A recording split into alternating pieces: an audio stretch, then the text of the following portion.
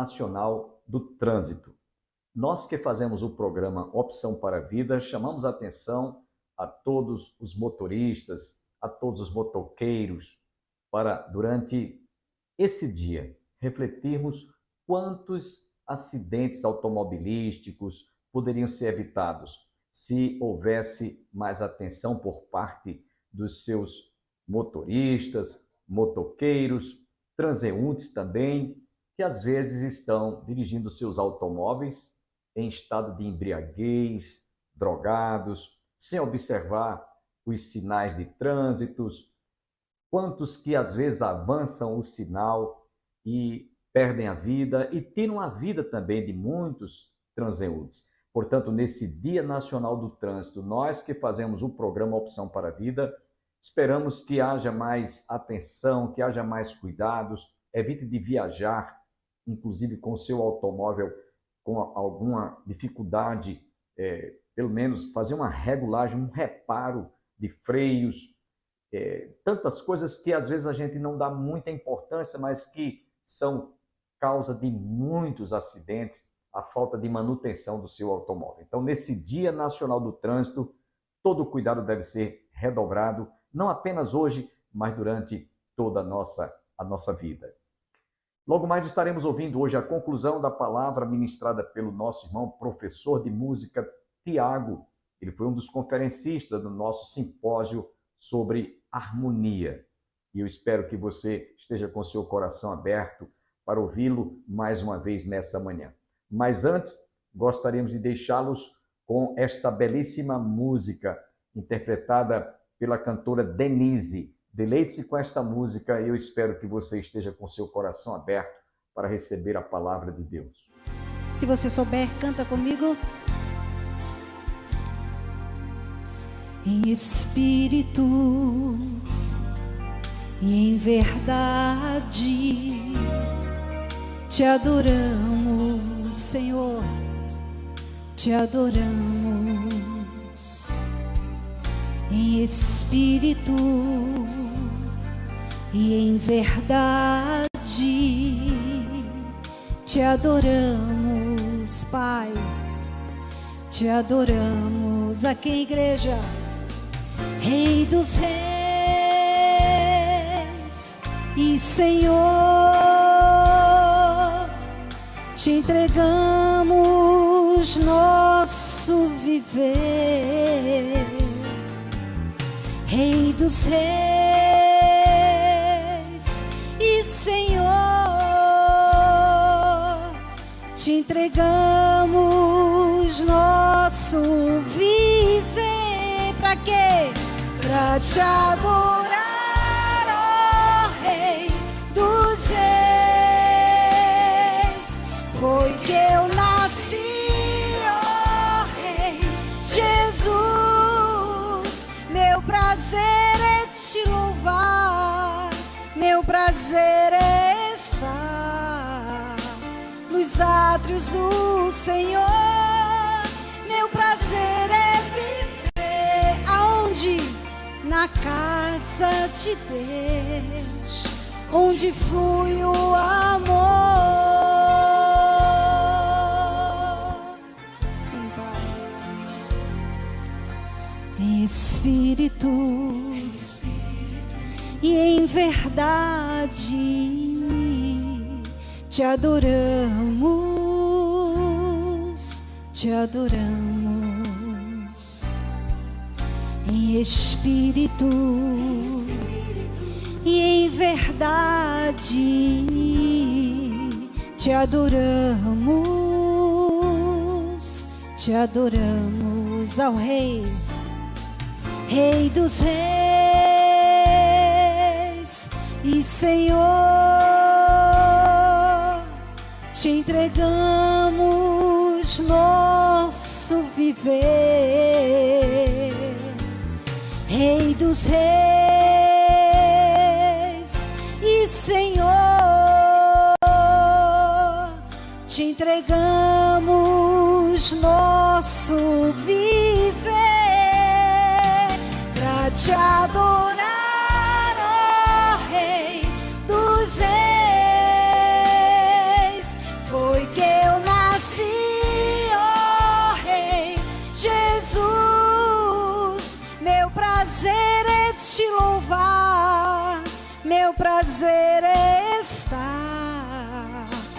nos átrios do Senhor, meu prazer é viver na casa de Deus. Somos nós, onde flui o amor,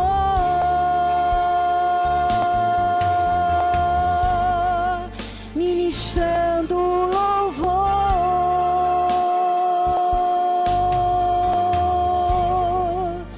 onde flui o amor.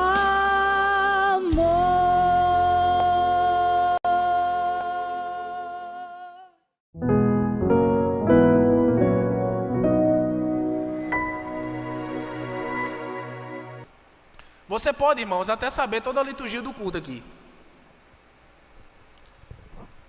Você pode saber em que hora o culto começa, em que hora o culto termina, os momentos do culto, em que hora o louvor toca, em que hora retirar a oferta, se retirar a oferta, em que hora vem os avisos, em que hora a palavra é ministrada. Você pode saber disso tudo, você pode fazer isso tudo aí no seu canto, sem atrapalhar ninguém, de forma respeitosa, sem conversar com a pessoa do lado, sem fazer absolutamente nada. Mas isso não garante que o seu culto foi aceitável diante de Deus. Porque o que determina que seu culto seja aceitável diante de Deus ou não, é justamente a condição do seu coração diante de Deus. É o quanto que você está envolvido com a atividade que você está aqui de corpo presente. Se não tem envolvimento, irmãos, não tem culto. O culto é algo ativo que os membros da congregação fazem enquanto a assembleia está acontecendo. O culto não é algo passivo, você vem simplesmente e recebe uma enxurrada de informações e volta para casa. Você está prestando culto a Deus, Deus está recebendo o seu culto nesse exato momento. A maneira como você recebe a palavra, a maneira como você pondera as coisas, a maneira como Deus trata o seu caráter, como você recebe essa mensagem, o nível de compromisso que você tem com aquilo que está sendo ouvido, tanto que você vai querer praticar quando sair daqui, tudo isso é a sua parte ativa no culto. E Deus te chama justamente para viver isso. Eu sei, irmãos, que muitas vezes nós não estamos sabendo fazer a coisa da maneira que agrada a Deus, mas é imprescindível ter momentos como esse para que a gente possa alinhar o nosso coração.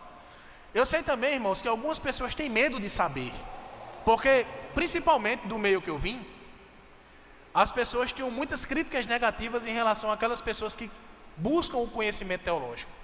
Então elas diziam que não, isso era algo nocivo, elas diziam que a pessoa que busca isso vai acabar enfraquecendo na fé, vai acabar esfriando na fé.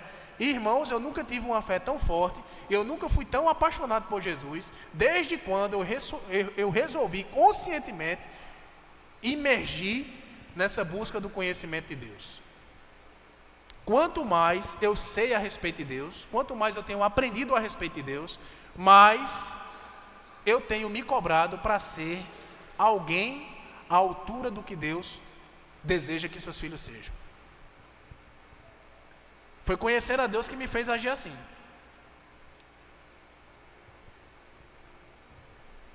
A nossa reação, o nosso comportamento, a nossa forma de estar no culto é modificada justamente por esse conhecimento. Se você está aqui no culto e você conhece a Deus, se você sabe quem Ele é, se você sabe o papel que você deve prestar como alguém que vem prestar culto a Deus, pode ter certeza que o seu comportamento vai acompanhar o conhecimento que você tem.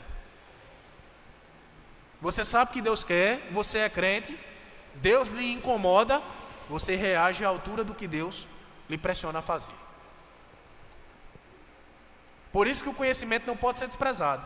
É um equívoco que essas pessoas fazem, tentando desmerecer o conhecimento teológico. Foi justamente o conhecimento teológico que me fez ter uma fé mais robusta. Foi justamente o conhecimento teológico que me fez cantar músicas que são canções que verdadeiramente dizem quem Deus é. Que verdadeiramente faz jus à revelação de quem Deus é nas Escrituras.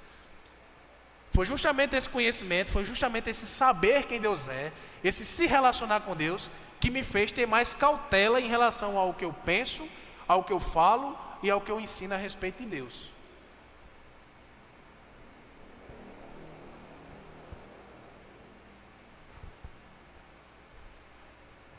Esse é o tipo de adoração que nós temos que prestar a Deus. Esse é o tipo de postura que nós temos que ter diante do nosso Deus. O texto diz que nós temos que saber. E saber o quê? O texto diz, foi Ele quem nos fez, e dele somos. Foi Ele quem nos fez, e dele somos. O texto já começa a dizer o que é que Deus é. A princípio de tudo, Deus é criador de toda a realidade existente. Deus é o criador da realidade espiritual. Deus é o criador de toda a realidade material. Mas Ele não apenas é o criador, Ele é o sustentador de todas as coisas. Ele é o governador sobre todas as coisas. Ele é o Senhor sobre todas as coisas. Deus é o criador de toda a realidade existente. Tudo depende de Deus. O texto diz que Ele é o nosso Criador. Foi Ele quem fez tudo e também nos fez. O texto diz que Ele é o nosso Redentor. O texto diz que nós pertencemos a Ele. O texto diz que nós somos o seu povo. Nós pertencemos a Ele. Nós somos povo de Deus. Você tem um pai. Você não foi jogado, você não foi desprezado. Embora, talvez, do ponto de vista humano, talvez você tenha tido um pai que lhe desprezou. O nosso Pai celestial, Ele é o Pai que não despreza e nem rejeita nenhum dos seus filhos. O texto faz questão de dizer que nós somos o seu povo. Ele é o nosso protetor, somos dele. Ele é o nosso redentor, nós pertencemos a Ele. Mas o texto diz também que Ele é aquele que nos pastoreia. Somos o seu povo e somos rebanho do seu pastoreio. Você tem um pastor. Você tem um pastor de carne e osso, mas você tem um pastor supremo, o pastor dos pastores, que pastoreia a sua vida. Por isso que ele diz que somos o seu povo, somos o rebanho do seu pastoreio. Nós estamos sobre o cuidado e a proteção desse Deus. Nós estamos no seu pasto. E enquanto estivermos no seu pasto, nós estamos seguros. Ninguém pode nos arrebatar da mão do Senhor. Ninguém pode nos tirar da mão de Deus. Não há ninguém que possa nos arrancar da mão do Senhor. Ele é o nosso protetor. Ele garante a nossa segurança. Ele garante a nossa proteção. O Senhor Jesus, no Novo Testamento, em João capítulo 10, no verso 15 e 16, ele reforça essa ideia. Ele diz o seguinte: assim como o Pai me conhece a mim, também eu conheço o Pai, e eu dou a minha vida pelas ovelhas. Eu ainda tenho outras ovelhas que não são deste aprisco. Também me convém agregar estas, e elas ouvirão a minha voz, e haverá um rebanho e um pastor. Ele está falando aqui para os seus discípulos, para a comunidade de Israel, dizendo que ao morrer e ressuscitar, um novo povo seria formado, e ele traria esse povo para si. E esse povo que andou desgarrado durante muito tempo, agora teria um pastor. Agora faria parte de um rebanho. Por isso que ele diz aqui de forma profética: somos o seu povo, somos o rebanho do seu pastoreio. Ele que nos fez, nós somos dele. Somos dele. Somos dele. E isso é muito importante, irmãos, lembrar, para que a gente não viva a vida pensando que nós somos de nós mesmos.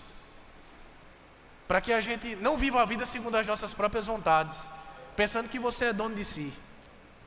Não. O chamado para servir a Cristo é radical. Entenda que você agora é ovelha de um pastor. E esse pastor, ele não apenas cuida de você, mas ele quer te direcionar por um caminho seguro. E isso exige que ele tome conta da sua vida em cada uma das instâncias da sua vida. Nenhuma das lacunas da sua vida pode ficar em aberto. Deus, Ele é Senhor sobre tudo na sua vida. Ele já disse em Lucas capítulo 9 que se alguém quisesse seguir Ele, eles deveriam fazer o quê? Negar a si mesmo, tomar a sua cruz e seguir. O apóstolo Paulo, ele entendeu bem esse recado, e ele disse em Gálatas capítulo 2, verso 20: eu já estou crucificado, e vivo não mais eu, mas Cristo vive em mim. E a vida que agora vivo na carne, vivo pela fé no Filho de Deus, o qual me amou e se entregou a si mesmo por mim. O apóstolo Paulo está dizendo aqui, a vida que eu tenho não é mais minha. O rumo que eu quero tomar não é um rumo independente. Eu tenho que colocar diante do Senhor e saber se é aquilo que Ele quer para mim. Porque eu não sou mais de mim mesmo. Eu sou dele. Eu sou do meu amado. O meu amado é meu. Em segundo lugar, irmãos, aprendemos que o povo de Deus deve cultuar a Deus com gratidão. Além de ter alegria no coração, nós também temos que ter gratidão. E no verso 4, nós encontramos também esses dois imperativos que falam sobre como nós devemos nos aproximar de Deus no culto. E ele diz assim: entrai por suas portas como?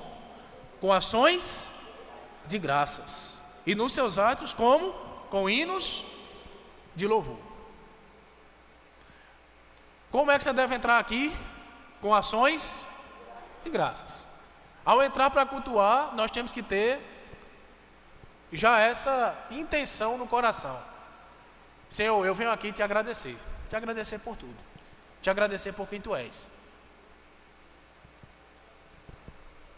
Eu tenho que chegar com essa predisposição e tenho que chegar também reconhecendo o Senhor,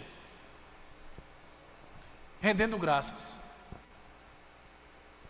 O versículo 4 nos convoca justamente a prestar esse culto a Deus com todo o coração e com esse coração cheio de gratidão.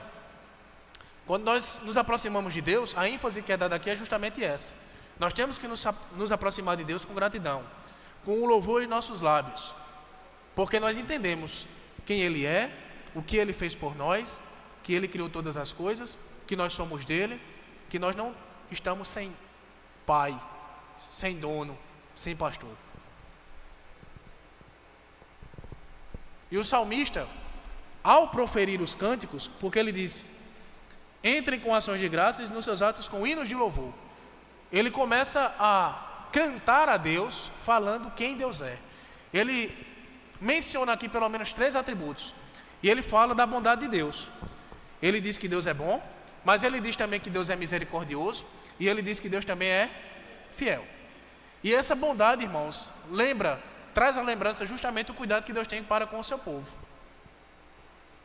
Nós somos de Deus, e nós provamos da bondade de Deus, não é necessariamente porque nós somos bons para Deus, e Deus nos retribui com bondade. Lógico que não. A Escritura diz que as nossas melhores obras diante de Deus, elas são consideradas como trapo de imundícia. Se não for a graça, ressignificando tudo aquilo que nós fazemos em Cristo, nada do que nós fazemos poderia ser aceito diante de Deus. É Cristo que nos conduz até Deus. Ele é o mediador entre Deus e os homens. Ele é quem restabeleceu o caminho da comunhão. Ele é quem purifica os nossos atos, os nossos corações, os nossos lábios, as nossas mãos, os nossos pensamentos. É Cristo que faz isso conosco. É Cristo quem tira de nós toda imundícia. É Cristo que tira de nós tudo aquilo que não agrada a Deus. Deus é bom, embora nós não sejamos bons. E nós, mesmo sem sermos bons, provamos da bondade de Deus. Deus é bom. Assim como também Deus é misericordioso. Deus, Ele é misericordioso. E Ele se relaciona conosco justamente nos termos da misericórdia. Deus, Ele não nos dá aquilo que nós merecemos por natureza. Na verdade, Deus, Ele nos dá aquilo que nós não mereceríamos, que é perdão e graça e a própria misericórdia. Deus é bom, Deus é misericordioso e Deus também é fiel. Deus é aquele que garante que o que Ele falou, Ele irá cumprir. Deus é a garantia de que Ele mesmo fará tudo aquilo que Ele disse. A Escritura diz o seguinte, que se mesmo que você fosse infiel, Deus, Ele permaneceria fiel a si mesmo. Porque Ele não pode negar-se, Ele não pode negar quem Ele é. E Deus é um Deus fiel. Deus é fiel para o seu povo. Deus é fiel para o seu povo. A conexão está aqui entre o verso 3 e o verso 5. Somos rebanho dele, somos ovelhas do seu pasto, por isso que Ele é fiel. Aqueles que não são rebanho seu, nem ovelhas do seu pasto, ele simplesmente rejeita esse povo. Mas, não sei se todos aqui são cristãos, há uma boa notícia nisso tudo. Não paga nada para poder entrar no rebanho de Deus. Há perdão abundante da parte de Deus para você. E você pode também fazer parte desse rebanho. E fazer parte dessa aliança. E provar dessa fidelidade. Abra o seu coração para o Senhor. A partir daí Ele vai fazer morada no seu coração. Você vai ser regenerado. E você vai poder viver uma nova vida. Sendo rebanho de Deus. Sendo filho de Deus. Fazendo parte da família de Deus. Para concluir, irmãos, eu quero fazer algumas perguntas aqui. E eu quero que você, à medida que eu for falando, você pense um pouco sobre tudo que nós falamos aqui nessa noite. Irmãos, é indiscutível que nós temos recebido de Deus bênçãos sobre bênçãos. Salvação, família, vigor espiritual, comunhão. Deus tem nos dado muito mais do que pedimos ou pensamos. O texto bíblico é correto em dizer isso. Sabendo disso, irmãos, primeira pergunta que eu faço: é aceitável, é cabível que nós temos experimentado dessa bondade, que nós temos experimentado dessa fidelidade? É cabível que mesmo diante de tudo isso que Deus tem feito por nós em nosso favor, é cabível que nós não cheguemos a Deus com um coração agradecido, com um coração contrito? É cabível que mesmo depois de saber que Deus fez tudo isso por nós cheguemos ao culto com o sentimento e o senso de obrigação, ao invés de vir com o coração ajustado para prestar um culto verdadeiro a Deus, aceitável? É cabível ter esse tipo de sentimento? Responda para você. Deus, Ele não quer que você chegue aqui obrigado, ok? Para manter cargo, por ossos do ofício, para que o pastor não lhe importune, ou o líder não lhe importune depois, porque está notando a sua ausência. Não é o sentimento correto. Se chega a Deus por quem Deus é. Se chega a Deus por causa de Deus. Não chega a Deus por causa do temor dos homens. Se for para temer alguém, tema o próprio Deus, e não os homens. Por isso que examine-se a si mesmo. É cabível, muitas vezes, termos esse tipo de comportamento, porque nós temos entusiasmo para muitas coisas, né? Principalmente aquelas que estão relacionadas a entretenimento. A praia, o cinema, o lanche, a noite de jogos, o encontro com os amigos. Mas muitas vezes, diante de Deus e para as coisas de Deus, o nosso comportamento é de frieza para cultuar a Deus. E perceba, a quem é dirigido aqui no Salmo, essas ordenanças é para um povo que tinha limitações na adoração. Por quê? Faziam parte de uma antiga aliança e tinham espaços dentro da tenda e do próprio templo que ficava vedado a algumas pessoas que faziam parte da adoração do templo. Então, por exemplo, eles não podiam entrar no Santo dos Santos, eles não podiam entrar no santo lugar, eles não podiam tocar nos utensílios que estavam nesse local, eles ficavam somente ali no átrio, que era um pátio. E mesmo assim a atitude deveria ser ajustada. Irmãos, o nosso lugar, segundo as Escrituras, principalmente o livro de Hebreus, é um lugar que rompe qualquer uma dessas dificuldades que o pessoal da antiga aliança tinha.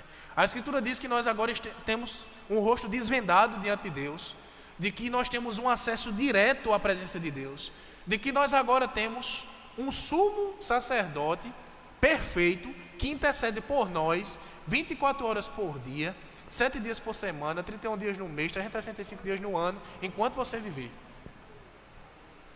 E diante disso, irmãos, o que é que nós temos feito com essa presença VIP privilegiada que Deus nos deu? Lembre-se, irmãos, no culto Deus ele requer muito mais do que a nossa presença. Ele quer o nosso coração. Talvez o líder ele fique muito empolgado com a sua presença, mas Deus ele vê além das aparências. Ele enxerga o que está no teu coração a partir do momento que você decide vir. Por isso que o nosso foco e o nosso coração tem que estar ajustado diante de Deus. Fica muito mais fácil se fizermos o seguinte compromisso: de cultivar durante a semana gratidão no nosso coração. Comece a agradecer a Deus por tudo que Ele tem feito. Comece a mapear as coisas que Ele fez, não só do ponto de vista material, porque eu sei que Ele tem te dado de comer, de vestir e de beber, mas também tudo aquilo que Ele fez do ponto de vista espiritual. Consulta as Escrituras que você vai ver tudo aquilo que Ele fez no reino espiritual por você. E eu tenho certeza, irmãos, que a nossa condição diante de Deus e o nosso coração para prestar culto a Deus vai estar totalmente diferente, vai estar totalmente alinhado com o propósito que Deus tem para nós, em cada um dos momentos, em cada uma das vezes que nós decidirmos vir para cá. Que Deus Ele abençoe o nosso coração, que Deus abençoe o trabalho das nossas mãos e que Deus continue sempre usando os seus servos, os seus ministros, para poder falar a nós. Amém?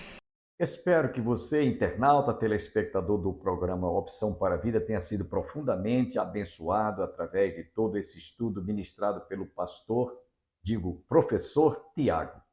Estamos agradecidos por sua teleaudiência. Não percam amanhã outra vez. A Opção para a Vida estará trazendo um outro orador, no caso a missionária Daisy, que ministrou uma palestra muitíssimo importante como as demais e profundamente conscientizando, chamando a atenção e advertindo a todos quantos abrem os seus lábios para louvar a Deus, como também os instrumentistas, aqueles que exercem a função como musicista no templo enquanto prestamos culto a Deus. Muito importante esse estudo, não percam amanhã.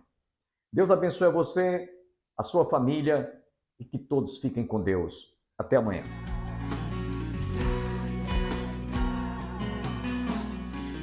Não tenhas sobre ti um só cuidado, qualquer que seja,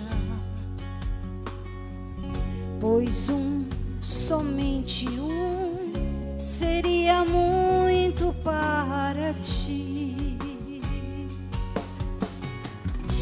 É meu, somente meu, todo o trabalho, e o teu trabalho é descansar em mim. É meu, somente meu, todo o trabalho, e o teu trabalho é descansar em mim. Descansa no Senhor, confia nele, e o mais Ele fará. Entrega os teus cuidados a Ele. Segue em frente. Não temas quando enfim tiveres que tomar decisão. Entrega tudo a mim, confia de todo o coração. É meu, somente meu, todo o trabalho, e o teu trabalho é descansar em mim. É meu, somente meu, todo o trabalho, e o teu trabalho é descansar em mim. É meu, somente meu, todo o trabalho, e o teu trabalho é descansar em mim. É meu, somente meu, todo o trabalho, e o teu trabalho